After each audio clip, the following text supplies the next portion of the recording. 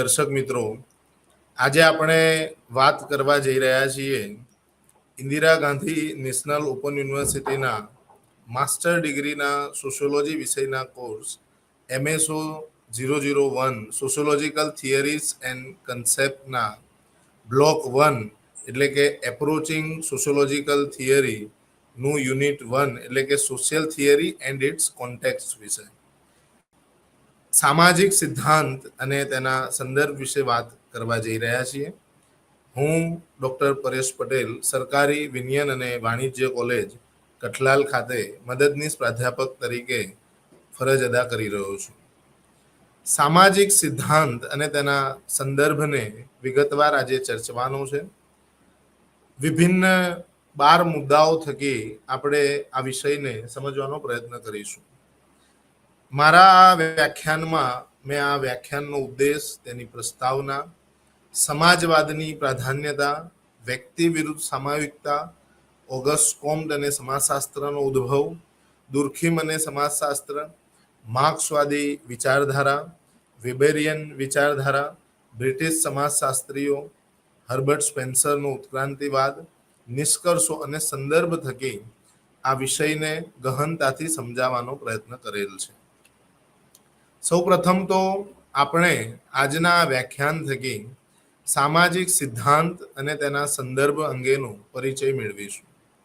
સામાજિક સિદ્ધાંતના ઉદ્ભવ અને વિકાસમાં પ્રશિષ્ટ સમાજશાસ્ત્રીઓ એટલે કે જે ક્લાસિકલ સોશિયોલોજીકલ થિંકર્સ થઈ ગયા, ઓગસ્ટ કોમ્ટ હોય, ઇમાનુએલ દુર્ખેઇમ હોય કે મેક્સ વેબર હોય, તેમની શું ભૂમિકા રહી સિદ્ધાંતના નિર્માણમાં, તેના ડેવલપમેન્ટમાં, આ પ્રશિષ્ટ ચિંતકોની શું ભૂમિકા રહી તેની વાત કરીશું. તેમજ પ્રારંભિક બ્રિટિશ સામાજિક સિદ્ધાંતોનો પરિચય મેળવીશું. સામાજિક સિદ્ધાંતના ઉદયમાં સંદર્ભની શું ભૂમિકા રહી છે તેનું પણ આપણે ક્રિટિકલ એનાલિસિસ કરીશું. પ્રસ્તાવનાથી જો શરૂઆત કરીએ, વિષયનો એક આડકતરી સમજ આપું તો કોઈ પણ સમાજશાસ્ત્રીય સિદ્ધાંત હોય તે નિશ્ચિત સામાજિક સંદર્ભમાં રચાય છે. એટલે કે સિદ્ધાંતનું ઘડતર એ સામાજિક પરિવેશમાં આકાર પામે છે. તે સંદર્ભથી તે પ્રભાવિત હોય છે. દરેક સમાજશાસ્ત્રીય વિચારકો અથવા તો સિદ્ધાંતવાદી એ સમાજ કે સામાજિક પરિસ્થિતિ જેમાં તે પોતે અસ્તિત્વ ધરાવે છે, જેમાં તેનો ઉછેર થયો છે, જે સામાજિક પરિસ્થિતિથી તે પરિચિત છે, તેને સામાજિક સંદર્ભમાં તપાસવાનો અને તે થકી સમજવાનો તેમજ લોકોને સમજાવવાનો પ્રયત્ન કરે છે. અને ત્યારબાદ નિર્માણ થાય છે સામાજિક સિદ્ધાંત. એટલે અંતતો ગતવા સામાજિક સિદ્ધાંત એ સમાજની આડપેદાશ છે. સમાજશાસ્ત્રીય સિદ્ધાંત એ સમાજ, સંસ્કૃતિ, સભ્યતા, સામાજિક પરિસ્થિતિના સંદર્ભમાં જે તે સમાજશાસ્ત્રી કે વિચારકનો પ્રતિભાવ છે. કારણ કે વ્યક્તિની આસપાસનું સામાજિક વાતાવરણ, તેનો સમાજ કે જ્યાં તેનો ઉછેર થયો છે, તેનું કલ્ચર, તેની સંસ્કૃતિ, તેની સભ્યતા, તેની સોશિયલ સ્થિતિ, સામાજિક પરિસ્થિતિ, એનો સીધો પ્રભાવ એ જે તે સામાજિક વિચારક કે સમાજશાસ્ત્રી પર પડ્યા વિના રહેતો નથી. અને તેના અનુસંધાનમાં વ્યક્તિ સામાજિક સિદ્ધાંતનું ઘડતર અથવા તો નિર્માણ કરે છે. અત્યારે નોંધનીય બાબત છે કે કોઈ પણ ઘટના કે બનાવને આપણે બે સંદર્ભમાં મૂલવી શકીએ, આંતરિક સંદર્ભ અને બાહ્ય સંદર્ભ.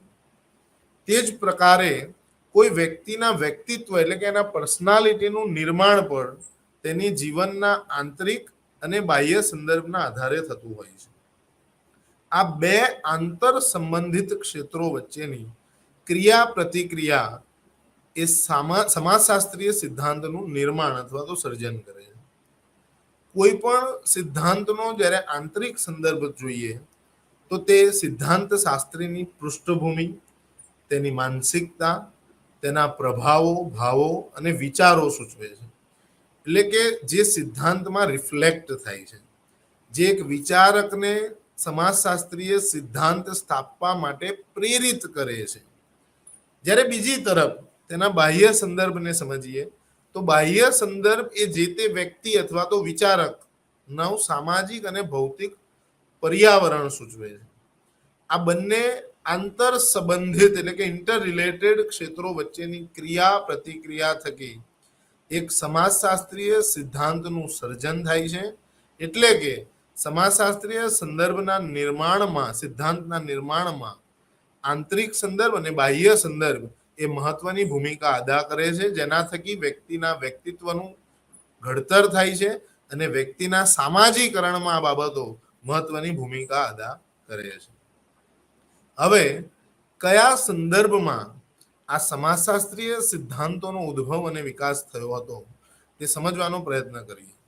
સમાજશાસ્ત્રીય સિદ્ધાંતોના ઉદ્ભવ અને વિકાસમાં 1789ની ફ્રેન્ચ રિવોલ્યુશન, ત્યારબાદ યુરોપિયન સોસાયટીની અંદર થયેલ ઔદ્યોગિક ક્રાંતિ ઇન્ડસ્ટ્રીયલ રિવોલ્યુશન અને સંબંધિત મૂડીવાદી માળખું, આ ત્રણેય ખૂબ જ મહત્વની ભૂમિકા અદા કરી છે. અત્રે નોંધનીય બાબત છે કે સમાજશાસ્ત્ર વિષયના ઉદ્ભવ અને વિકાસમાં 1738માં સમાજશાસ્ત્ર વિષયની શરૂઆત થઈ અને એ ઓગસ્ટ કોમ્ટે એની માટે સોશિયલ ફિઝિક્સ, સામાજિક ભૌતિક શાસ્ત્ર એવો શબ્દ પ્રયોજ્યો. તેની પાછળ પણ ક્યાંક ને ક્યાંક આ પરિબળોએ જ મહત્વની ભૂમિકા અદા કરી છે. 1789માં ફ્રેન્ચ રિવોલ્યુશન થયું. એ પણ એક પ્રકારે સામાજિક ક્રાંતિ હતી. દમન, શોષણ, અત્યાચારની વિરુદ્ધમાં ફ્રેન્ચ રિવોલ્યુશન એ સમાજ સમક્ષ એક નવી સમાજની વિચારધારા લઈને આવે છે, જેમાં ત્રણ આદર્શો લિબર્ટી, ઇક્વાલિટી એન્ડ ફ્રેટર્નિટી થી આખા જગતને તેનો પરિચય થાય છે. તે જ રીતે ઔદ્યોગિક ક્રાંતિ પણ આવે છે. હાથથી થતા ઉદ્યોગોને સ્થાને, કાર્યોને સ્થાને નવી ઔદ્યોગિક પરંપરા આપણે ત્યાં વિકસે છે અને શરૂ થાય છે. આ ઔદ્યોગિક ક્રાંતિને પરિણામે આર્થિક બાબતોમાં પરિવર્તન આવે છે. જેમ કે ખેતી એ આપણે ત્યાં પરંપરાગત રીતે થતી, તો તે ખેતીમાં પણ ઔદ્યોગિક મશીનરીની, થ્રેશર અને ટ્રેક્ટર જેવા વિભિન્ન સાધનો થકી આધુનિક ખેતીના મંડાણ થાય છે. એટલે ઇન્ડસ્ટ્રીયલાઇઝેશન એટલે મોટા ઉદ્યોગો ત્યાં એ તો ખરું જ, પણ તેની સાથે સાથે ખેતી જેવા પરંપરાગત વ્યવસાયો તેમાં પણ ઉદ્યોગોના મંડાણ થવા, તેમાં પણ ટેકનોલોજીનું સ્થાન થવું અને તેની અસર જે તે સમયની સમાજ વ્યવસ્થા પર ચોક્કસપણે થાય છે અને તેના પરિણામ સ્વરૂપે સિદ્ધાંતોનું નિર્માણ થતું જાય છે. જેમ કે ઉદ્યોગોનો વિકાસ થાય તો મોટાભાગે ઉદ્યોગો એ શહેરી વિસ્તારોમાં કેન્દ્રિત હોય, જેના પરિણામ સ્વરૂપે ગ્રામીણ વિસ્તારના લોકો પોતે રોજગારી માટે શહેરોમાં જવા માંડ્યા, જેનું પરિણામ એ આવ્યું કે ગામડામાંથી લોકો શહેરમાં સ્થળાંતરિત થવા માંડ્યા, મોટા પાયે શહેરીકરણ થવા માંડ્યું. એની સાથોસાથ તમે જુઓ તો શહેરોમાં વસ્તીનો વધારો થયો અને આ અતિ વસ્તીને પરિણામે ત્યાં પર્યાવરણીય પ્રશ્નો, ટ્રાફિકના પ્રશ્નો, રહેઠાણના પ્રશ્નો સર્જાવા માંડ્યા. આ પણ એક નવી આસ્પેક્ટથી આપણે ઔદ્યોગિક ક્રાંતિને જોઈ શકીએ છીએ. ત્યારબાદ છે સંબંધિત મૂડીવાદી માળખું, એટલે કે આર્થિક અસમાનતા. મૂડીવાદની વાત આગળ જ્યારે કાર્લ માર્ક્સની ચર્ચા કરીશ ત્યારે પણ આવશે. એટલે આર્થિક અસમાનતાનું નિર્માણ થયું ઔદ્યોગિક ક્રાંતિના પરિણામે, કે ગરીબ વધુ ગરીબ થવા માંડ્યા, અમીર વધુ અમીર થવા માંડ્યા, જેના પરિણામ સ્વરૂપે એક મૂડીવાદી માળખું, કેપિટાલિસ્ટ સ્ટ્રક્ચર આપણે ત્યાં ઊભું થયું અને એ મૂડીવાદીઓ એ વંચિતો, ગરીબો અને પીડિતોનું શોષણ કરતા હતા, જેના પરિણામ સ્વરૂપે એક નવા પ્રકારની સમાજવાદી સમાજ વ્યવસ્થાનું નિર્માણ કરવા માટે વિચારકોનો એક આખો વર્ગ ઊભો થાય છે અને તેના થકી સમાજશાસ્ત્રીય સિદ્ધાંતો આપણે ત્યાં આકાર પામે છે. આગળ સમજવાનો પ્રયત્ન કરીએ કે આ સમાજવાદને કેવી રીતે પ્રાધાન્યતા મળે છે. તો આપણે વાત કરી તેમ ફ્રેન્ચ રિવોલ્યુશન, ઇન્ડસ્ટ્રીયલ રિવોલ્યુશન તેમજ સંબંધિત કેપિટાલિસ્ટ સ્ટ્રક્ચરને પરિણામ સ્વરૂપે એક એવા પ્રકારની સમાજ વ્યવસ્થા સર્જાય છે અને આ મૂડીવાદી માળખાના વિરોધની પ્રતિક્રિયા સ્વરૂપે સમાજવાદનું નિર્માણ થાય છે. તમે જુઓ કે મૂડીવાદી સ્ટ્રક્ચરને પરિણામે એક પ્રકારે દરેક બાબતને આર્થિક આધારથી મૂલવવામાં આવે છે અને લોકો મૂડીવાદને પ્રાધાન્ય આપે છે. તેના સ્થાને તેના વિરોધ સ્વરૂપે સમાજવાદને સ્થાન આપવામાં આવે છે અને કેટલાક વિચારકો તેને ટેકો પણ આપે છે કે જેથી અંત્યોદયની જે વાત આપણે ત્યાં ભારતીય પરંપરામાં રહી છે કે સમાજના અંતિમ તબક્કામાંથી અંતિમ સીડીના નીચલા દાદરે ઉભેલા વ્યક્તિનો પણ ઉદય, એની વાત એ ક્યાંક સમાજવાદમાં પણ રહેલી છે. સમાજશાસ્ત્રીઓમાં સમાજવાદને ટેકો આપનાર મુખ્ય વ્યક્તિઓમાં કાર્લ માર્ક્સનું નામ અગ્રેસર રહ્યું, જે પોતે જર્મન સ્કૂલથી જોડાયેલા છે, જે માત્ર એક અસરકારક લેખક નહીં પણ પોતે રાજકીય કાર્યકર પણ રહ્યા હતા. એટલે કે તેઓ મૂડીવાદી પ્રણાલીની ખામીઓને સુધારવા માટે તેને સુવ્યવસ્થિત કરવા ઈચ્છતા હતા. અહીંયા તમે જુઓ તો સમાજવાદમાં મુખ્યત્વે મૂડીપતિ માલિક અને મજૂર વર્ગ વચ્ચે અસમાનતાને પરિણામ સ્વરૂપે સમાજવાદની પ્રાધાન્યતાને પ્રારંભવાનું નક્કી કરાયું. કામદારો એટલે કે જે મજૂર વર્ગ છે તે પોતે પોતાના ઉત્પાદનથી તો વિમુખ થયો તો પોતે પોતાની જાતથી પણ વિમુખ થવા માંડ્યો, કારણ કે પોતે જે પ્રકારે મહેનત મજૂરી કરે છે તેના પ્રમાણમાં તેને તેટલું વેતન મળતું ન હોવાથી અને પોતાના વેતનનો એક ચોક્કસ ભાગ એ મૂડીપતિ માલિકોને ફાળે જતો હોવાને પરિણામ સ્વરૂપે કામદાર વર્ગ પણ પોતે વિમુખ થતો જાય છે. અને તે પોતે પણ કાર્લ માર્ક્સ તો ત્યાં સુધી કહે છે કે સંઘર્ષના પરિણામ સ્વરૂપે ક્રાંતિ થશે અને ક્રાંતિના પરિપાક સ્વરૂપે સમાજવાદના મંડાણ થશે. આવકની અસમાનતા એટલે ઇન્કમની અસમાન રીતે વહેંચણી થવાને પરિણામ સ્વરૂપે વ્યક્તિ વધુ કામ કરે પણ તેને તેના પૂરતા પ્રમાણમાં કામના બદલામાં પૂરતું વેતન ન મળે તો તેના પરિણામ સ્વરૂપે પણ વ્યક્તિ સમાજવાદને પ્રાધાન્ય આપતો થાય છે. ગ્રામીણ શહેરી સ્થળાંતરણ, મેં કહ્યું તેમ કે ઇન્ડસ્ટ્રીયલ રિવોલ્યુશનને પરિણામ સ્વરૂપે આપણે ત્યાં ગામડામાંથી લોકો શહેરો તરફ સ્થળાંતરિત થવા માંડ્યા. એના પરિણામ સ્વરૂપે શહેરીકરણ થયું. માઇગ્રેશનના પરિણામ સ્વરૂપે અને પરિણામ સ્વરૂપે શહેરોની અંદર પર્યાવરણીય પ્રદૂષણના પ્રશ્નો પણ ઉદ્ભવ્યા. આજે તમે જુઓ તો આપણે ત્યાં જે ટ્રાફિકની સમસ્યા છે, મુંબઈ જેવા મહાનગરોમાં રહેણાંકના પ્રશ્નો છે, તે શું બતાવે છે?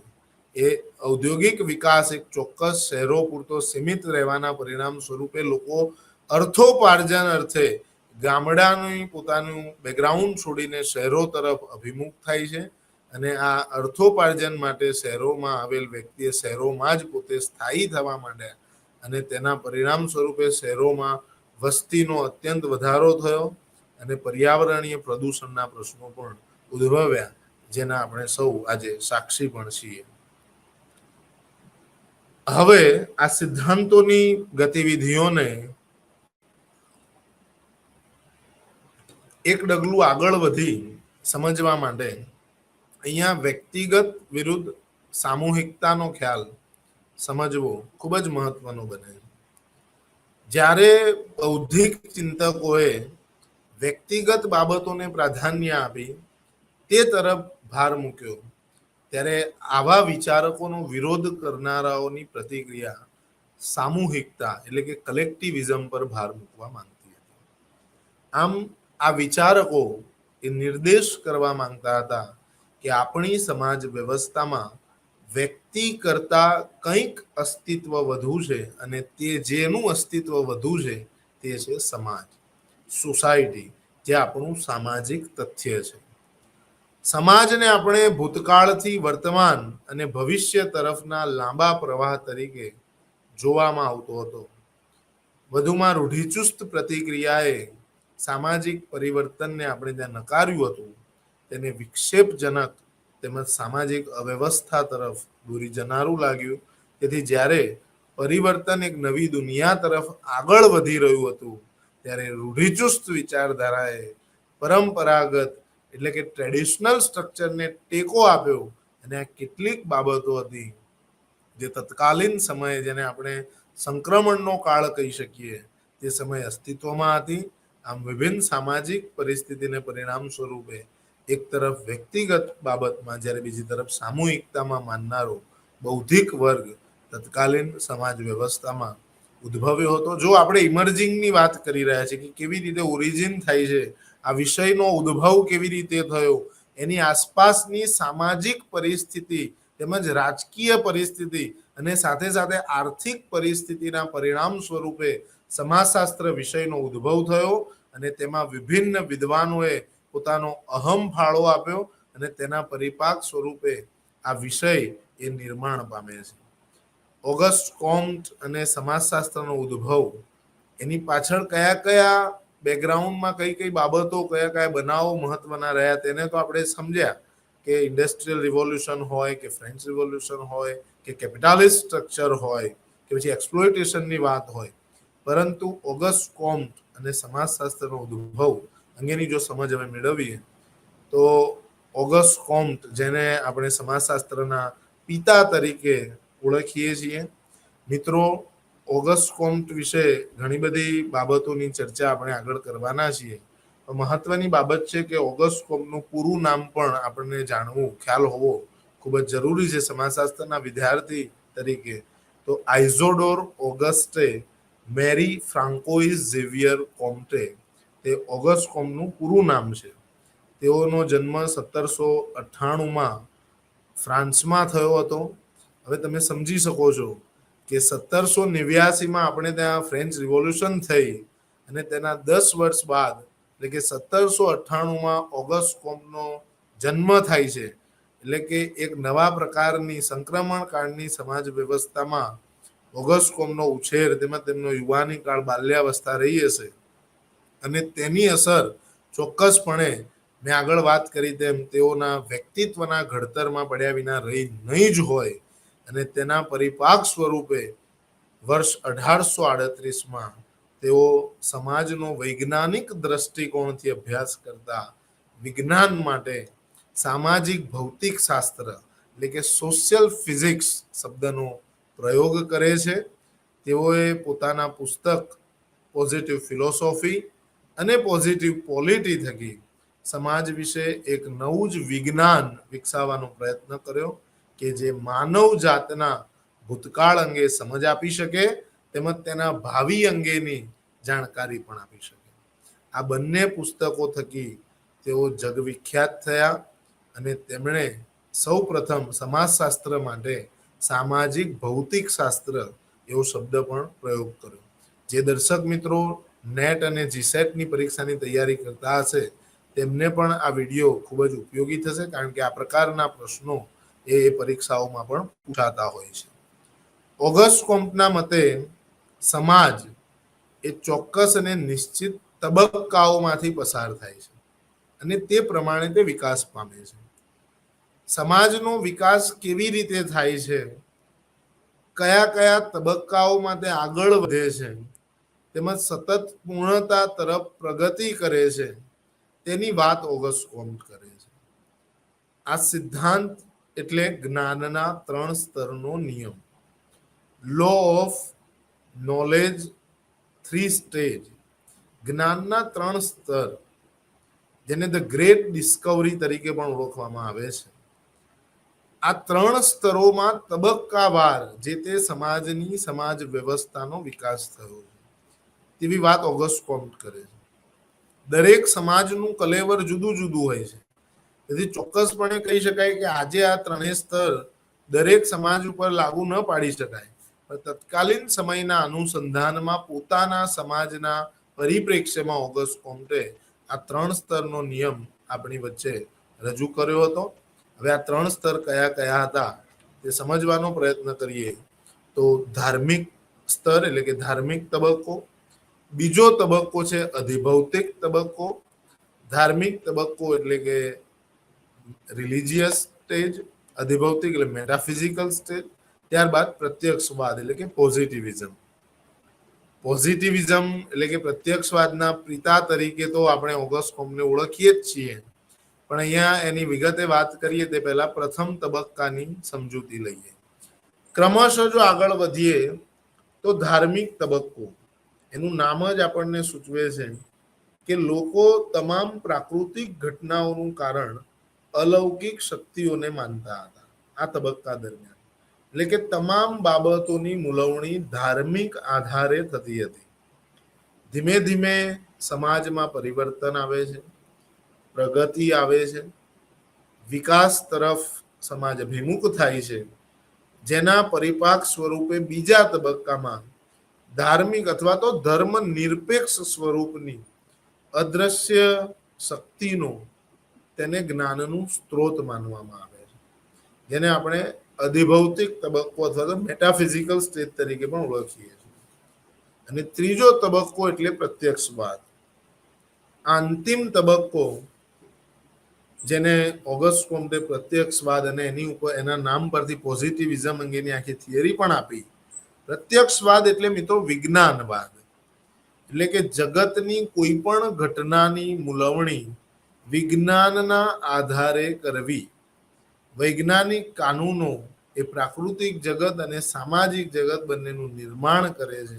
એટલે કે એક આખા સાયન્ટિફિક ટેમ્પરામેન્ટ વિકસાવવાની વાત પ્રત્યક્ષવાદમાં ઓગસ્ટ કોમ્ટ કરે છે, જે ભારતીય બંધારણના આર્ટિકલ 51 ક અનુસાર જે ભારતના નાગરિકની મૂળભૂત ફરજો આપણે દર્શાવવામાં આવી છે, તેમાં પણ આ વાતનો ઉલ્લેખ કરવામાં આવેલો છે કે દરેક નાગરિકે પોતે વૈજ્ઞાનિક ટેમ્પરામેન્ટ, સાયન્ટિફિક ટેમ્પરામેન્ટ કેળવવું તે ભારતના નાગરિકની એક ફરજ પણ છે. તો આ પ્રત્યક્ષવાદ એટલે કે વૈજ્ઞાનિક અભિમુખતા કેળવવી તે વાત ઓગસ્ટ કોમ્ટ એ કરે છે. ઓગસ્ટ કોમ્ટે વિજ્ઞાનોનું વર્ગીકરણ આપી સમાજશાસ્ત્ર એ પોતે બધા જ વિજ્ઞાનોમાં સર્વોચ્ચ હોવાનું પણ સિદ્ધ કર્યું છે. તેને ક્લાસિફિકેશન ઓફ સાયન્સીસ કર્યું, એટલે કે વિજ્ઞાનોનું વર્ગીકરણ, એટલે કે જુદા જુદા ગણિત શાસ્ત્ર, સમાજશાસ્ત્ર, ત્યારબાદ ફિઝિક્સ એટલે કે ભૌતિક શાસ્ત્ર, અવકાશ વિજ્ઞાન, આવા રસાયણ શાસ્ત્ર જેવા જુદા જુદા વિજ્ઞાનો થકી તેણે વર્ગીકૃત કરીને સમાજશાસ્ત્રની મૂલવણી કરી છે. તેમજ ઓગસ્ટ કોમ્ટે માનવ જીવનના બે મુખ્ય ક્ષેત્રો એટલે કે સોશિયલ સ્ટેટિક્સ અને સોશિયલ ડાયનેમિક્સ, સામાજિક સ્થિતિશાસ્ત્ર અને સામાજિક ગતિશાસ્ત્રની પણ વાત કરી છે. આ સામાજિક સ્થિતિશાસ્ત્રનો સંબંધ એ સમાજ જીવન અને વર્તનના સ્વરૂપો જેવા કે કુટુંબ, વ્યવસાયિક સંગઠનો, રાજકીય સંગઠનો વગેરે સાથે છે. જ્યારે સામાજિક ગતિશાસ્ત્ર એ સામાજિક રચના તંત્રમાં આવતા પરિવર્તનોનો અભ્યાસ કરે છે. મિત્રો, આ બંનેના જે પ્રકારે નામ છે તે પ્રકારે જ તેના કામ છે. જેમ કે સામાજિક સ્થિતિશાસ્ત્ર એટલે સમાજ જીવનની જે કોઈ સ્થિર બાબતો છે, જે સ્ટેટિક્સ છે, જેમાં પરિવર્તન શક્ય નથી, તેનો અભ્યાસ એ સામાજિક સ્થિતિશાસ્ત્ર કરે છે. જ્યારે સમાજની જે ગતિશીલ બાબતો છે, એટલે કે સામાજિક પરિવર્તન હોય, સામાજિક પ્રગતિ હોય, સામાજિક વિકાસ હોય, તેની વાત સામાજિક ગતિશાસ્ત્ર કરે છે. તેનો અભ્યાસ સામાજિક ગતિશાસ્ત્રના અભ્યાસનું વિષય વસ્તુ છે. આટલી પ્રારંભિક સમજ બાદ આગળ વાત કરીએ ઇમાઇલ દુર્ખાઇમ અને તેમણે વાત કરેલ સમાજશાસ્ત્રીય પરિપ્રેક્ષ્ય. દુર્ખિમ, દરખાઇમ, દુર્ખેમ, આ તમામનું પ્રોનાઉન્સિએશન અલગ અલગ રીતે થાય છે. અહીંયા આપણે દુર્ખિમ શબ્દનો ઉપયોગ કર્યો છે. ફ્રાન્સમાં તેઓનો જન્મ થયો. વર્ષ 1858 ફ્રાન્સમાં ઇમાઇલ દુર્ખિમનો જન્મ થાય છે. ઓગસ્ટ કોમ્ટના માનસ પુત્ર તરીકે તેમને ઓળખવામાં આવે છે. તેઓ પણ સમાજશાસ્ત્રમાં એક વૈજ્ઞાનિક વિષય તરીકે પોતે રસ ધરાવતા હતા. તેમણે વર્ષ 1895 રૂલ્સ ઓફ સોશિયોલોજીકલ મેથડ નામે પુસ્તક લખ્યું, એટલે કે સમાજશાસ્ત્રીય પદ્ધતિના નિયમો, જેમાં તેમણે સામાજિક તથ્યો એટલે કે સોશિયલ ફેક્ટ્સ, સામાજિક એકતા જેવા વિભિન્ન ખ્યાલો રજૂ કર્યા. ઇમાઇલ દરખાઇમના મતે સામાજિક એકતા એ માનવ જીવનનો મુખ્ય સિદ્ધાંત છે. તેમણે આ એકતાને બે પ્રકારમાં સમજાવવાનો પ્રયત્ન કર્યો: યાંત્રિક એકતા અને દૈહિક એકતા, એટલે ઓર્ગેનિક સોલિડારિટી અને મિકેનિકલ સોલિડારિટી. યાંત્રિક એકતા એટલે પરંપરાગત સમાજમાં જોવા મળતી સમાજની ધારણાઓ, માન્યતાઓ, મૂલ્યો અને ભાવનાઓ ઉપર આધારિત. જ્યારે દૈહિક એકતા એટલે કે શ્રમ વિભાજન, જેને આપણે ડિવિઝન ઓફ લેબર કહીએ છીએ, અને તેના પરસ્પર સંબંધિત હિતો પર આધારિત એવી એકતા એટલે દૈહિક એકતા. જ્યારે સમાજમાં સામાજિક વિઘટન, અવ્યવસ્થા અને અરાજકતા ફેલાય છે, તેઓના મતે સામાજિક તથ્ય એ વ્યક્તિ માટે બાહ્ય હોવા છતાં વ્યક્તિના વર્તનની ઢબ ઉપર તે દબાણ લાવે છે. એટલે કે વ્યક્તિ કેવું વર્તન કરશે તેનો આધાર સોશિયલ ફેક્ટ્સ પર રહેલો છે, તેની આસપાસના સામાજિક પરિવેશ પર રહેલું છે. રીત રિવાજો, પરંપરાઓ, લોકરીતિઓ અને લોકનીતિઓ આ સામાજિક તથ્યોના ઉદાહરણ છે. એટલે કે ફોકલોર્સ, ટ્રેડિશન્સ, કસ્ટમ્સ આ તમામનો સમાવેશ સામાજિક તથ્યમાં થઈ શકે. અહીંયા એક સોશિયલ સાયકોલોજિસ્ટ થ્રોન્ડાઇકનું કથન યાદ આવે છે કે વ્યક્તિ વિચારે છે, ઇટ્સ બાયોલોજીકલ ફેક્ટ. આપણે દરેક વ્યક્તિ વિચારી શકીએ છીએ, આ આપણું દૈહિક તથ્ય છે, બાયોલોજીકલ ફેક્ટ છે કે આ જગતની દરેક વ્યક્તિ વિચારી શકે છે. પરંતુ વ્યક્તિ શું વિચારે છે એ સામાજિક તથ્ય છે, ઇટ્સ સોશિયલ ફેક્ટ. આપણે શું વિચારીએ છીએ તેનો આધાર આપણા ઉછેર, આપણા સામાજિકરણ, આપણી આસપાસના સામાજિક વાતાવરણ પર રહેલું છે. ભૌતિક તથ્ય એટલે કે નોકરશાહી, કાયદો અને અભૌતિક તથ્ય એટલે કે સામાજિક સંસ્થાઓ, સંસ્કૃતિ એવા બે પ્રકાર પણ દુર્ખીમાં આપે છે તથ્યના. સમાજમાં પરિવર્તન લાવવાના એક માધ્યમ તરીકે સમાજશાસ્ત્રને મૂલવતા ઇમાઇલ દુર્ખીમ સમાજશાસ્ત્રની જુદી જુદી શાખાઓ જેમ કે ધર્મનું સમાજશાસ્ત્ર હોય, કાયદાનું સમાજશાસ્ત્ર હોય, ગુનાનું સમાજશાસ્ત્ર, આર્થિક સમાજશાસ્ત્ર, કલાનું સમાજશાસ્ત્ર જેવી વિભિન્ન શાખાઓમાં પોતાનું યોગદાન કરે છે અને જેના પરિપાક સ્વરૂપે સમાજશાસ્ત્રના વિકાસમાં પોતાનું યોગદાન આપે છે. પોતાના આત્મહત્યા અંગેના અભ્યાસો થકી 1897માં પોતે સ્યુસાઇડ નામે ગ્રંથ લખે છે અને આપઘાતને સામાજિક પરિપ્રેક્ષ્યમાં નિહાળવાની જગતને દ્રષ્ટિ પૂરી પાડે છે. તમે જુઓ, આપણે ત્યાં આત્મહત્યાનું પ્રમાણ ધીમે ધીમે વધી રહ્યું છે. ખાસ કરીને 10મા 12માની પરીક્ષાઓ શરૂ થવાના સમયમાં અથવા તો પરિણામના સમયમાં યુવાનોના આપઘાતનું પ્રમાણ ધીમે ધીમે વધે છે. અથવા તો કોઈ વ્યક્તિ પોતે દેવામાં ડૂબી ગયું હોય, કોઈ અસાધ્ય બીમારીથી પીડિત હોય તો તેના પરિણામ સ્વરૂપે પણ તેને કોઈ આરો ન દેખાય ત્યારે તે વ્યક્તિ આપઘાત કરવા પ્રેરાય છે.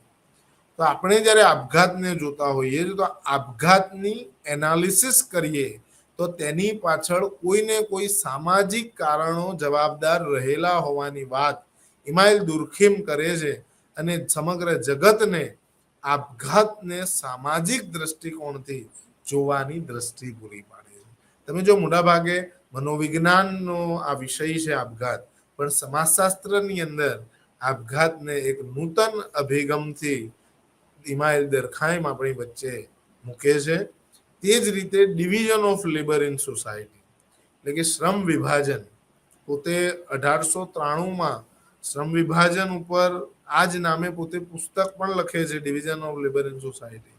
અને તેમાં શ્રમ વિભાજનની વાત સામાજિક સંદર્ભમાં તેઓ મૂકે છે. એટલે કે મહત્વની વિભિન્ન તત્કાલીન સામાજિક બાબતોને સમાજશાસ્ત્રીય અભિગમથી મૂકવાનો પ્રયત્ન પણ ઇમાઇલ દુર્ખીમે કર્યો છે. તેને સામાજિક સંદર્ભમાં સમજાવવાનો તેઓએ યશસ્વી પ્રયાસ કર્યો છે. Elementary forms of religious life નામે પણ ઇમાઇલ દુર્ખીમે પુસ્તક લખ્યું. તેમાં તેમણે આદિમ સમાજમાં ધર્મનો અભ્યાસ કર્યો કે તે સમયમાં કેવા પ્રકારની અર્થવ્યવસ્થા હતી, તેના પરિપાક સ્વરૂપે લોકો કેવા પ્રકારની આસ્થા ધરાવતા હતા તેની વાત કરી છે. અહીંયા સેક્રેડ અને પ્રોફેનનો પણ ઉલ્લેખ મહત્વનો બને છે. આ બંને ખ્યાલોની વાત તેમણે પોતાના આ પુસ્તક એલિમેન્ટરી ફોર્મ્સ ઓફ રિલિજિયસ લાઈફમાં કરી છે. આ સંશોધન થકી આધુનિક વિશ્વમાં ધર્મની શું સ્થિતિ છે તેના પર પણ તેમનો દ્રષ્ટિકોણ કેળવાયો. ઇમાઇલ દરખાઈમના મતે સમાજ પોતે જ ધર્મનો આધાર સ્તંભ છે. વર્ષ 1898માં તેમણે લા સોશિયોલોજિક નામનું વિદ્વત્તાપૂર્ણ જર્નલની શરૂઆત કરી, જેના થકી દુર્ખીમના વિચારો અન્ય શાખાઓ સુધી સરળતાથી પહોંચી શક્યા અને તેમને સમાજશાસ્ત્ર સિવાયના અન્ય સામાજિક વિજ્ઞાનોના ચિંતકો અને વિચારકો અને વિદ્વાનોમાં પણ સ્વીકૃતિ મળી. ઇમાઇલ દુર્ખીમે વર્ષ 1895માં બોર્ડિક્સ યુનિવર્સિટીમાં સમગ્ર વિશ્વમાં સૌ પ્રથમ વખત સમાજશાસ્ત્ર વિષયનો વિભાગ શરૂ કર્યો અને તેઓ પ્રથમ અધ્યાપક બન્યા. એટલે શૈક્ષણિક ક્ષેત્રે સમાજશાસ્ત્ર વિષયની શરૂઆત કરવાનું શ્રેય એ ઇમાઇલ દરખાઈમને જાય છે, જે તેમનું મહત્વનું યોગદાન છે. આ અંગે પણ યુજીસી નેટ અને જીસેટ જેવી પરીક્ષાઓમાં તેમજ જે પરીક્ષાઓમાં સમાજશાસ્ત્ર વિષયનું ગુણભાર નક્કી થયેલા હોય છે તેમાં આ પ્રકારના સવાલો પૂછાતા હોય છે. ત્યાર પછી આ વિભિન્ન સ્કૂલોમાં આગળ વધીએ તો ત્યાર પછી માર્ક્સિયન આઈડિયોલોજી એ આપણે ત્યાં ડેવલપ થઈ, જેને સમાજશાસ્ત્રની સંઘર્ષવાદી શાખા તરીકે પણ ઓળખી શકાય. અને આ સંઘર્ષવાદી શાખામાં મોખરાનું સ્થાન ધરાવતા ચિંતકની વાત કરવી છે એટલે કે કાર્લ માર્ક્સ. કાર્લ માર્ક્સ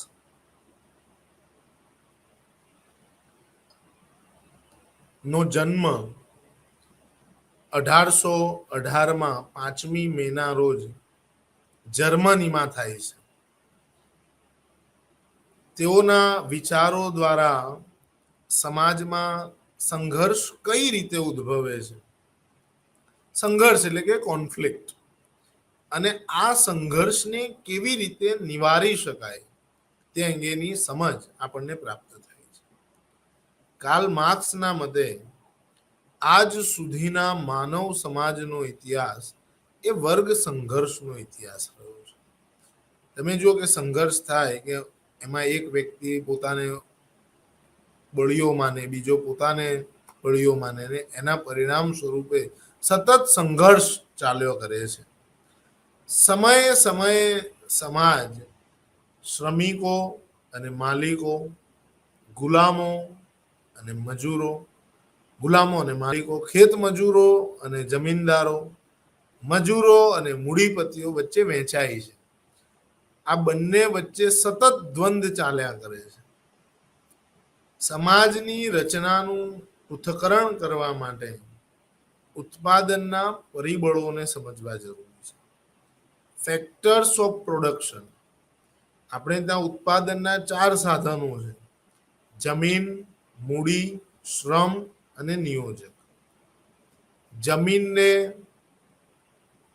ભાડું મળે છે, મૂડીપતિને વ્યાજ મળે છે, શ્રમિકને વેતન મળે છે અને નિયોજકને નફો મળે છે.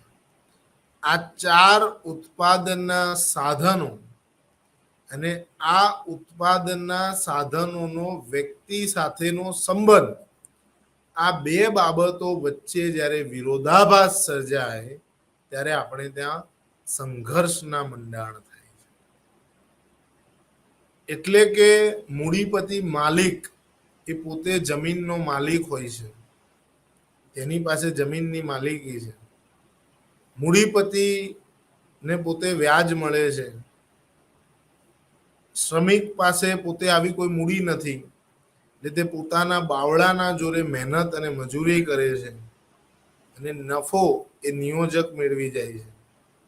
એટલે અહીંયા શ્રમિક પાસે પોતાના બાવળાના જોરે એટલે કે મહેનત કર્યા સિવાય બીજું કાંઈ નથી.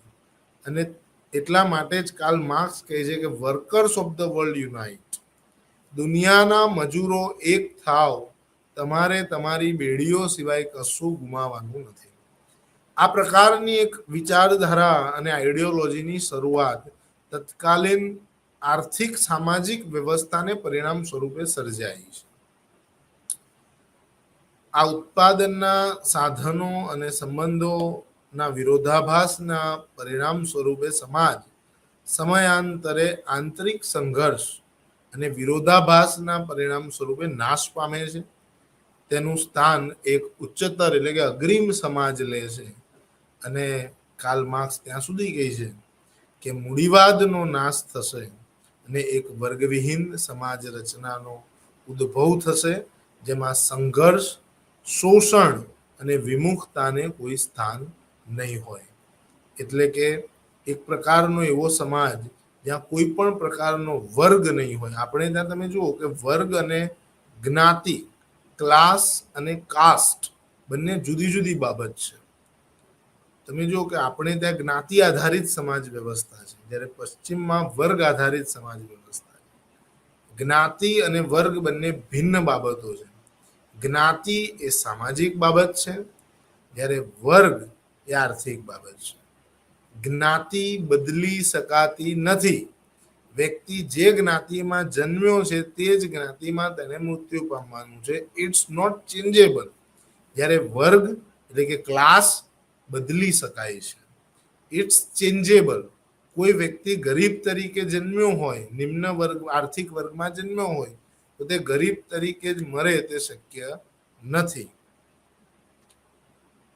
કાર્લ માર્ક્સે જુદા જુદા ખ્યાલો અને સિદ્ધાંતો આપ્યા, જેમાં ઐતિહાસિક ભૌતિકવાદ એટલે કે હિસ્ટોરિકલ મટીરિયાલિઝમ, દ્વંદાત્મક ભૌતિકવાદ એટલે કે ડાયલેક્ટિકલ મટીરિયાલિઝમ, ત્યારબાદ વર્ગ સંઘર્ષ એટલે કે ક્લાસ સ્ટ્રગલ, અધિશેષ મૂલ્ય એટલે કે સરપ્લસ વેલ્યુ, શ્રમજીવી વર્ગની વિમુક્તા એટલે કે એલિયનેશન, શોષણ વિહીન સમાજવાદી સમાજની રચના એટલે કે સોશિયાલિસ્ટ સ્ટ્રક્ચર ઓફ સોસાયટી જેવા જુદા જુદા આર્થિક ખ્યાલો થકી સમાજને સમજવાનો એક નૂતન અભિગમ કાર્લ માર્ક્સ આપે છે.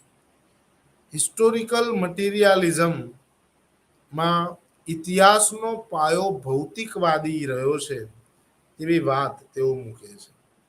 દ્વંદાત્મક ભૌતિકવાદમાં માલિક અને મજૂર વચ્ચેના સંઘર્ષની વાત કરે છે.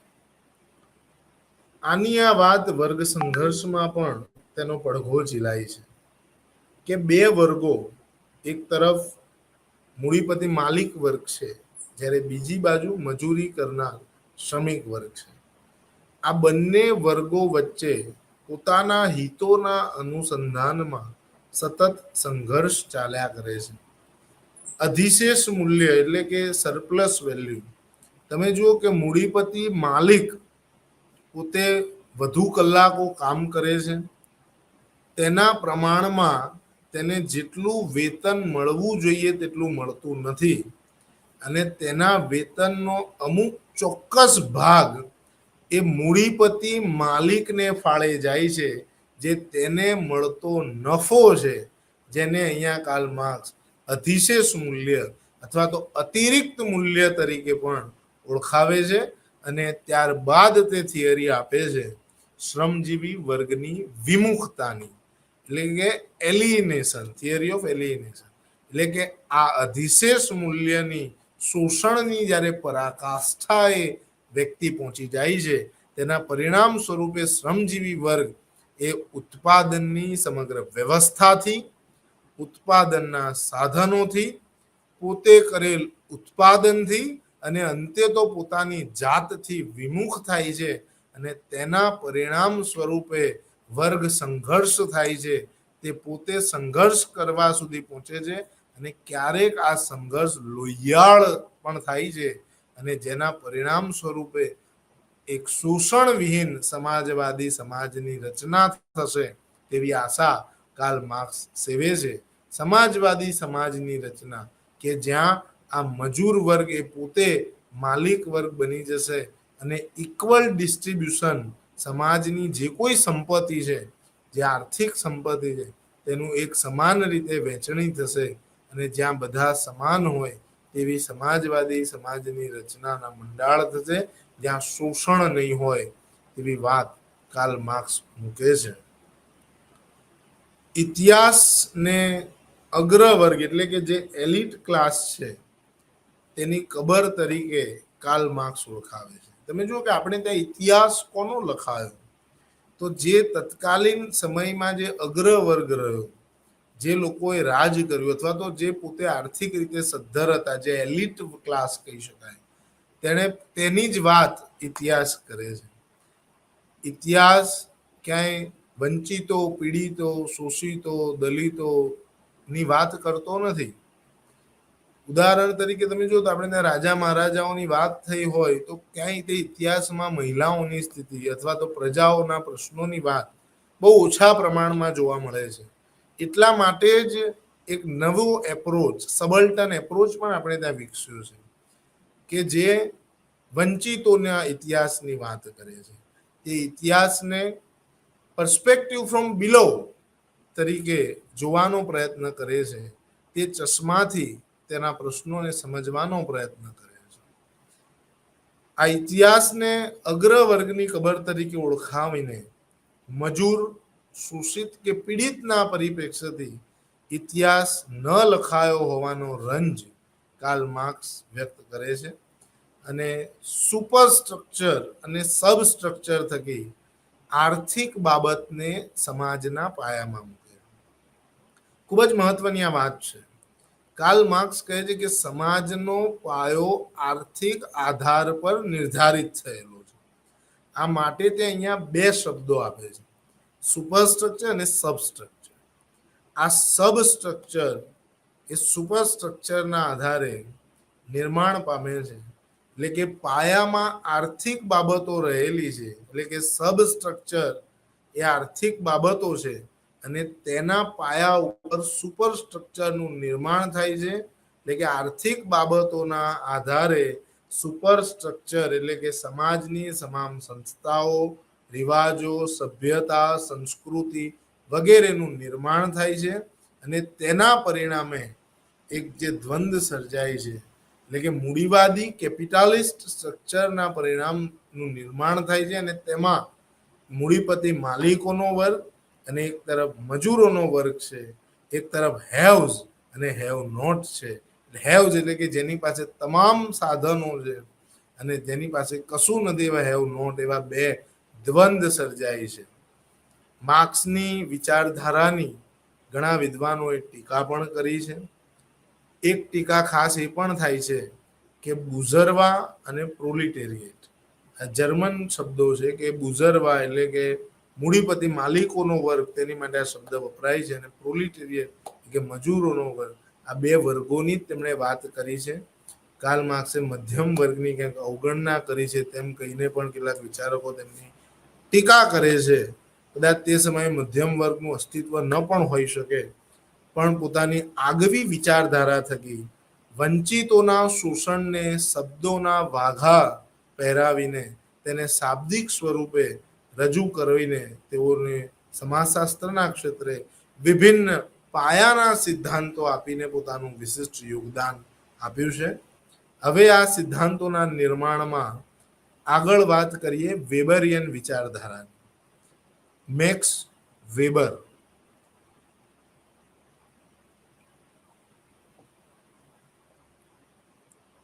મેક્સ વેબર પણ પોતે જર્મન સમાજશાસ્ત્રી છે. જર્મનીમાં તેઓનો જન્મ થયો વર્ષ 1864માં. તેઓના સિદ્ધાંતોની શરૂઆત માટે મુખ્યત્વે માર્ક્સિયન વિચારોને પ્રસ્થાન બિંદુ માનવામાં આવે છે. એટલે કે માર્ક્સના વિચારો થકી તેઓને આગળ વધવાની પ્રેરણા અથવા તો દિશા મળે છે.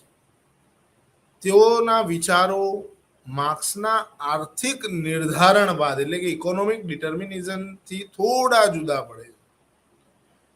મેક્સ વેબર માનતા હતા કે દરેક બાબતને આર્થિક પાસાને આધારે મૂલવાને સ્થાને તેનાથી વિપરીત એવા ઘણા બધા પરિબળો અથવા તો કારણો છે જે સમાજમાં એક સાથે કામ કરે છે અને તેને બદલે છે. તમે જુઓ કે કાર્લ માર્ક્સની જે મેં વાત કરી એમાં તેણે જે આર્થિક બાબતોને સમાજના પાયામાં મૂકી, એટલે કે તમામ બાબતોનું નિર્માણ એના પાયામાં આર્થિક બાબત રહેલી છે તેવી વાત કાર્લ માર્ક્સે કરી. હવે મેક્સ વેબર એવું કહે છે કે સમાજના તમામ પાસાને આર્થિક બાબતના આધારે મૂલવવી જોઈએ નહીં, કારણ કે ઘણા પરિબળો અથવા કારણો એવા છે જે સમાજમાં એક સાથે કામ કરે છે અને તેના આધારે સમાજની વિભિન્ન બાબતો નિર્ધારિત થતી હોય છે. એટલે કે થોડા મેક્સ વેબરના વિચારો કાર્લ માર્ક્સથી જુદા પડે છે. વેબરના કિસ્સામાં આ ક્રમને જરા જુદી રીતે જોવામાં આવે છે, જેમાં વિચારો છે જે નિર્ધારિત કરે છે કે અર્થતંત્ર અથવા તો આર્થિક બાબતો કઈ દિશામાં જશે. મેક્સ વેબર ખાસ કરીને આર્થિક વિચારો પર ધર્મના વિચારોની અસર તેમજ પ્રભાવથી ચિંતિત હતા કે ધર્મ એ આર્થિક બાબતોને કેવી રીતે પ્રભાવિત કરે છે. ખૂબ જ સમજવાની બાબત છે. ધાર્મિક બાબતો પણ આર્થિક બાબતોને અસર કરી શકે, તેને પ્રાધાન્ય આપી શકે. કેવી રીતે તેને સમજવાનો પ્રયત્ન કરીએ મેક્સ વેબરના શબ્દોમાં. તો આગળ મેક્સ વેબર વાત કરે છે, તેમણે બહુ અદ્ભુત અભ્યાસ કર્યો અને એ અભ્યાસના અંદર તેમણે જગતના વિભિન્ન ધર્મોનો અભ્યાસ કર્યો અને આ ધર્મોની આર્થિક બાબતો પર અસર તેમણે સમજાવવાનો પ્રયત્ન કર્યો અને આના આધારે આ અભ્યાસનું જે નામ છે તે Protestant ethics and spirit of capitalism. ખ્રિસ્તી ધર્મનો એક ફાંટો એટલે પ્રોટેસ્ટન્ટ, અને આ પ્રોટેસ્ટન્ટ વાદ પરના તેમના અભ્યાસમાં તેમણે બતાવ્યું કે કેવી રીતે પ્રોટેસ્ટન્ટ ધર્મમાં માનનારા અથવા તો તેમાં શ્રદ્ધા ધરાવનાર વ્યક્તિઓ ના વિચારો એ કેવી રીતે આર્થિક વિકાસમાં અસર કરે છે.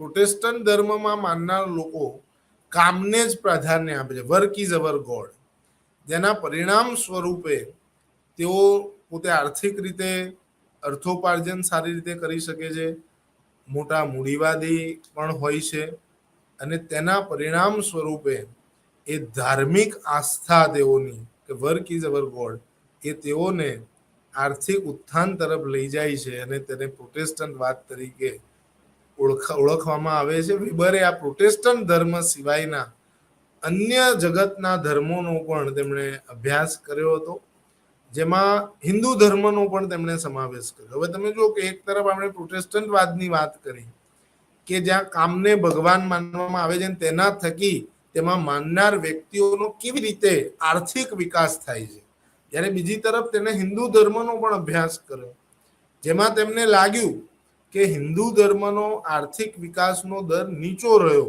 તુલનાત્મક રીતે. તેનું કારણ કે હિન્દુ સમાજની જાતિઓ અથવા તો જ્ઞાતિઓમાં તેનું થયેલું વિભાજન, એટલે કે ક્યાંક જ્ઞાતિ અને જાતિમાં થયેલું તેનું વિભાજન આર્થિક વિકાસમાં અવરોધરૂપ બને છે. કારણ કે અત્યારે તો વ્યવસાયો બદલાયા છે, પણ જ્ઞાતિ આધારિત વ્યવસાયોનું એક સ્ટ્રક્ચર ઊભું થયું હોવાના પરિણામ સ્વરૂપે કોઈ એક વ્યક્તિ પોતે જે જ્ઞાતિની હોય તે જ જ્ઞાતિનો વ્યવસાય અનુસરી શકતી હોવાને પરિણામ સ્વરૂપે ક્યાંક આર્થિક વિકાસમાં આ સ્ટ્રક્ચર બાધક બન્યું હોવાની વાત મેક્સ વેબર પોતાના અભ્યાસમાં નોંધે છે. આમ Protestant ethics and spirit of capitalism થકી આર્થિક બાબતને ધર્મ સાથે સાંકળીને એક નૂતન દ્રષ્ટિકોણ મેક્સ વેબરે પ્રશસ્ત કર્યો છે. મેક્સ વેબરે સામાજિક સંબંધોના બદલે સામાજિક ક્રિયાનો પણ ખ્યાલ વાપર્યો છે, એટલે કે સોશિયલ એક્શન. તેમના મતે મનુષ્ય પોતાની વર્તન ઢબનો જે અર્થ આપે છે તેને સમજવા માટે આ સામાજિક ક્રિયાનો સર્વગ્રાહી અભ્યાસ છે. સામાજિક વર્તન એ ધોરણનું માત્ર યાંત્રિક ભણતર નથી, પણ લોકો સામાજિક મૂલ્યોનું અર્થઘટન કેવી રીતે કરે, હાઉ ટુ ઇન્ટરપ્રિટ, તે છે. સમાજશાસ્ત્ર બધા જ પ્રકારની સામાજિક ક્રિયાનો મૂલ્યાત્મક જ નિર્ણય લીધા વિના જ અને તટસ્થતાપૂર્વક તેનો અભ્યાસ કરે છે. સમાજના અંગોના પરસ્પર સંબંધોને સમજવામાં અને વિભિન્ન સમાજના તુલનાત્મક અભ્યાસ પર પણ ભાર મૂકે છે. આ બંને અભિગમો દ્વારા મેક્સ વેબરે આધારભૂત વિધાનો વિકસાવવાનો પ્રયત્ન કર્યો છે. ઉદાહરણ તરીકે મેક્સ વેબરે ઓથોરિટી એટલે કે સત્તાની પણ વાત કરી છે અને તેને 3 પ્રકારોમાં વર્ગીકૃત કરી છે. સત્તાના 3 પ્રકારો તેમણે આપ્યા: વિભૂતિમાન સત્તા એટલે કે કેરિસ્મેટિક ઓથોરિટી, પરંપરાગત સત્તા એટલે કે ટ્રેડિશનલ ઓથોરિટી, અને બૌદ્ધિક કે કાનૂની સત્તા એટલે કે રેશનલ લીગલ ઓથોરિટી. આજે પણ તમે જુઓ તો કે નેતૃત્વ એટલે કે લીડરશિપ અથવા તો સત્તા, પાવર અને અધિકાર એટલે કે રાઇટ્સના અભ્યાસમાં વેબરના આ ખ્યાલોનો ઉપયોગ આજના વિચારકો પણ કરે છે. વિભૂતિમાન સત્તા એટલે કે કેરિસ્મેટિક ઓથોરિટી, કેટલીક વ્યક્તિઓનું વ્યક્તિત્વ જે પ્રકારનું હોય જેના પરિણામે લોકો તેની ઓથોરિટી સ્વીકારવા માંડે છે, તેવી પ્રકારની સત્તાને વેબર વિભૂતિમાન સત્તા તરીકે ઓળખાવે. પરંપરાગત સત્તા એટલે કે કેટલાક પ્રકારની સત્તા એવી હોય છે જે ટ્રેડિશનલી એક પેઢીથી બીજી પેઢીમાં અથવા તો એક વ્યક્તિથી બીજી વ્યક્તિમાં અથવા તો એક સમાજ કે સમુદાયમાંથી બીજા સમાજ કે સમુદાયમાં ઉતરી આવે છે. આ પ્રકારની સત્તાને પરંપરાગત સત્તા તરીકે ઓળખવામાં આવે છે, જેમ કે રાજાશાહી વખતની સત્તા.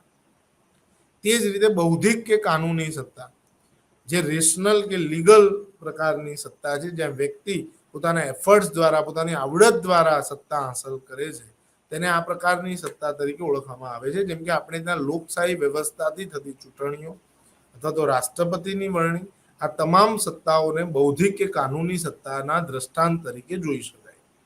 સત્તાનું આ પ્રકારે મેક્સ વેબરે કરેલું વર્ગીકરણ સમજ્યા બાદ મેક્સ વેબરે આપણને નોકરશાહીનો પણ ખ્યાલ આપ્યો છે. નોકરશાહી કે જેને આપણે બ્યુરોક્રેસી તરીકે ઓળખીએ છીએ, આ નોકરશાહી એક હાયરાર્કિયલ વ્યવસ્થા છે. એટલે કે એકની ઉપર એક, એક ઉપર એક, એ રીતે ઘડાયેલી આ વ્યવસ્થામાં ક્રમબદ્ધ રીતે એટલે કે અમલદાર શાહીનું ગઠન થયેલું છે. તેનું કેવી રીતે, તેના પ્રકારો શું છે, તેનું સર્જન કેવી રીતે થાય છે, તેમાં કામગીરી કેવી રીતે થાય છે, તેનું શું મહત્વ છે સમાજને ટકાવી રાખવામાં, તે અંગેની વિસ્તૃત ચર્ચા મેક્સ વેબરે કરી છે. મેક્સ વેબર પોતાના નવીનતમ વિચારો થકી સમાજશાસ્ત્રમાં વિશિષ્ટ પ્રદાન કરે છે. હવે પછીનો મુદ્દો છે બ્રિટિશ સમાજશાસ્ત્રીઓ. બ્રિટનની અંદર કેવા પ્રકારના વિચારોનો તે સમયે ફેલાવો થયો હતો અને કેવી રીતે ત્યાં સમાજશાસ્ત્રનું ગઠન થાય છે તેની સમજ મેળવવાનો પ્રયત્ન કરીએ. તો તે સમય એટલે કે જ્યારે સમાજશાસ્ત્રના ઉદ્ભવનો સમય હતો, એ સમયે બ્રિટિશ સમાજશાસ્ત્રીઓએ ક્ષેત્ર આધારિત ડેટા એકત્રિત કર્યો, એટલે કે ફિલ્ડ વર્ક આધારિત, અને પછી આ તારણોને એક સામૂહિક રીતે રજૂ કર્યા, એટલે કે કલેક્ટિવ રીતે, જેમાં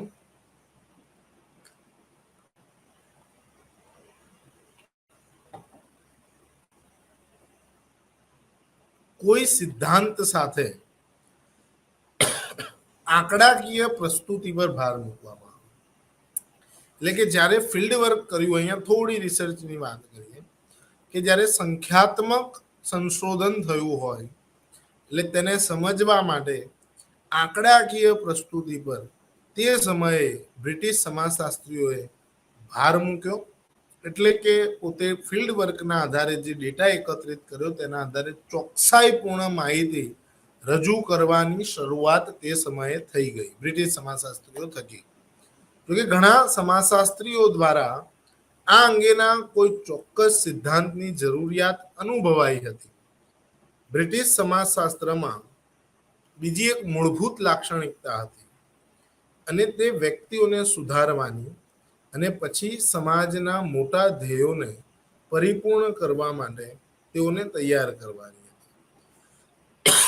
જોકે આ સમાજશાસ્ત્રીઓએ તે સમયની સમાજ વ્યવસ્થામાં કેટલીક ખામીઓ પણ જોઈ હતી. તેમ છતાં તેઓ વ્યક્તિગત વર્તન અને વલણનો અભ્યાસ કરીને તત્કાલીન સમસ્યાઓને ઉકેલ લાવવામાં રસ ધરાવતા હતા, અને આ ઉકેલ લાવવા માટે તેમણે ફિલ્ડ વર્કને, ડેટા ઇન્ટરપ્રિટેશનને આધારમાં રાખ્યો હતો. આ બ્રિટિશ વિચારકોમાં સામાજિક માળખું ખાસ કરીને સામાજિક ઉત્ક્રાંતિના સિદ્ધાંતોમાં વધુ અગ્રણી બન્યું અને હર્બર્ટ સ્પેન્સર દ્વારા તેને આગળ ધપાવવામાં આવ્યું. હર્બર્ટ સ્પેન્સર પોતે ઉદારમતવાદી લિબરલ થોટ થિયરિસ્ટ હતા અને પોતે માનતા હતા કે રાજ્ય એ બજારમાં દખલ કરવી ન જોઈએ. એટલે કે જે વાત એડમ સ્મિથ, અર્થશાસ્ત્રના પિતા તરીકે આપણે જેમને ઓળખીએ છીએ, તે એડમ સ્મિથ કહે છે કે એક ગુપ્ત હાથે બજાર એ પોતે પોતાની પકડ જમાવે છે અને આર્થિક બાબતોને નિયંત્રિત કરતું હોય છે. એટલે તે જ રીતે અહીંયા હર્બર્ટ સ્પેન્સર પોતાની વાત એ રીતે મૂકે છે કે રાજ્યએ બજારમાં દખલ કરવી ન જોઈએ અને આ બાબત દર્શાવે છે કે તેઓ ઈચ્છતા હતા કે બાહ્ય હસ્તક્ષેપ વિના સોશિયલ મોબિલિટી થાય. આગળ ચર્ચા કરીએ તો સ્પેન્સરનો ઉત્ક્રાંતિવાદ. ઉત્ક્રાંતિવાદ હર્બર્ટ સ્પેન્સરે પોતે રજૂ કર્યો. તમને એમ થશે કે ઉત્ક્રાંતિવાદના જનક તો ચાર્લ્સ ડાર્વિન હતા અને ઉત્ક્રાંતિવાદની વાત તો બાયોલોજીનો વિષય છે, તો સમાજશાસ્ત્રમાં વળી ઉત્ક્રાંતિવાદ ક્યાંથી આવે? તો અહીંયા તમે જુઓ તો ખૂબ જ રોચક વાત છે કે સામાજિક ઉત્ક્રાંતિની વાત આપણી વચ્ચે સમાજશાસ્ત્રમાં હર્બર્ટ સ્પેન્સરે મૂકી છે. તેઓ પોતે બ્રિટિશ સોશિયોલોજિસ્ટ છે. વર્ષ 1820માં તેઓનો જન્મ થયો હતો અને તેમના મતે સમાજશાસ્ત્રમાં કુટુંબ, રાજકારણ, ધર્મ અને સામાજિક નિયંત્રણ, શ્રમ વિભાજન તથા સામાજિક સ્તરીકરણના ક્ષેત્રોને આવરી લેવામાં આવે છે. અત્રે એક મને ખૂબ જ મહત્વની વાત યાદ આવે છે કે આપણા કચ્છના શ્યામજી કૃષ્ણ વર્મા, જે પોતે ફ્રીડમ ફાઇટર હતા, તેઓ આ સ્પેન્સરના વિચારોથી પ્રભાવિત હતા.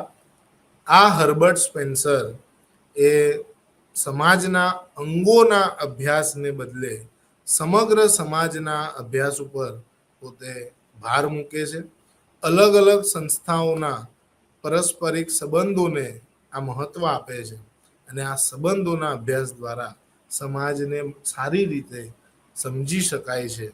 તેમણે દર્શાવ્યું છે કે જુદા જુદા અંગોના પરસ્પર અવલંબન એ કાર્યાત્મક હોય છે. એટલે કે પ્રત્યેક અંગ પોતાનું કાર્ય જુદું જુદું કરે છે, જે સમાજના એન્ટાયર કલ્યાણ એટલે કે એન્ટાયર વેલફેર માટે, એબ્સોલ્યુટ વેલફેર માટે ખૂબ જ મહત્વનું છે. સમાજશાસ્ત્રીઓ મોટે ભાગે પોતે ફંક્શનાલિસ્ટ છે. તેઓ સ્પેન્સરના કાર્યાત્મક પરસ્પરાવલંબનના વિચારને સમાજના અભ્યાસ માટે આધારભૂત માને છે. માનવ ઉત્ક્રાંતિની વાત ચાર્લ્સ ડાર્વિને આપણી વચ્ચે મૂકી. ઓરિજિન ઓફ સ્પીસીસ નામે ડાર્વિને પુસ્તક લખ્યું અને તેમણે હ્યુમન ઉત્ક્રાંતિની વાત, ઇવોલ્યુશનની વાત કરી છે અને તેમાં તેમણે પોતે વાંદરામાંથી કેવી રીતે માનવની ઉત્ક્રાંતિ થાય છે, કેવી રીતે માનવ સભ્યતાનો ઉદ્ભવ અને વિકાસ થાય છે, તેની ક્રમશઃ વાત તેમણે કરી છે. તે જ પ્રકારે, તે જ ન્યાયે સમાજ એ કેવી રીતે ઉદ્ભવ અને વિકાસ પામે છે, ક્રમશઃ કેવી રીતે સમાજ પોતાનું કલેવર બદલે છે, તેની વાત એટલે કે સામાજિક ઉત્ક્રાંતિની વાત હર્બર્ટ સ્પેન્સર પછી આપણી વચ્ચે મૂકી જાય છે.